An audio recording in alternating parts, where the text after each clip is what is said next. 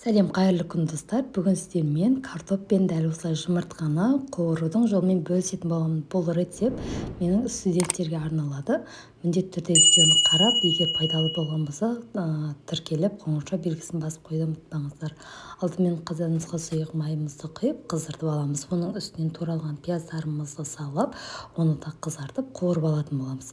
Пиязымызды кішкене қызартып қуырғаннан кейін, үстінен дәл видеода көрсетілген етіп, дөңгелектей етіп, осылай картоптарымызды салып аламыз.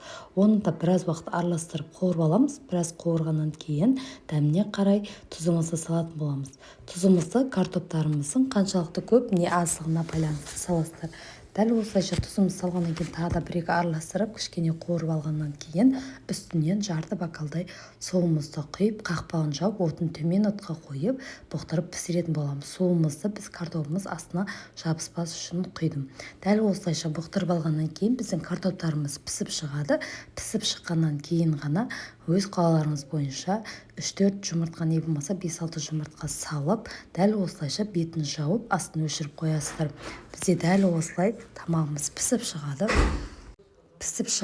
Енді осы тамағымызды сүзіп, балаларыңызға, отбасыларыңызға және достарыңызға дәл осылайша салып, бетіне өз қалауларыңыз бойынша укроп, не болмаса петрушка сеуіп ұсынсаңыздар болады. Пиязбен жесеңіздер де өте керемет ілеседі. Бізде пияз дейді, басқа жақта жуа деп айтатын шығар. Дәл осылайша пісіріп, оңай ғана, бар жоғы 5-10 минутта ғана дайын болатын тамақтарымыздың бірі.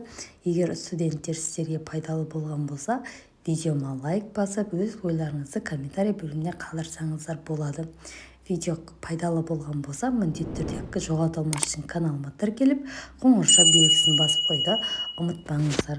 Сіздермен бірге болған Алмагүл. Алдағы уақытта жаңа рецепттер күтіңіздер.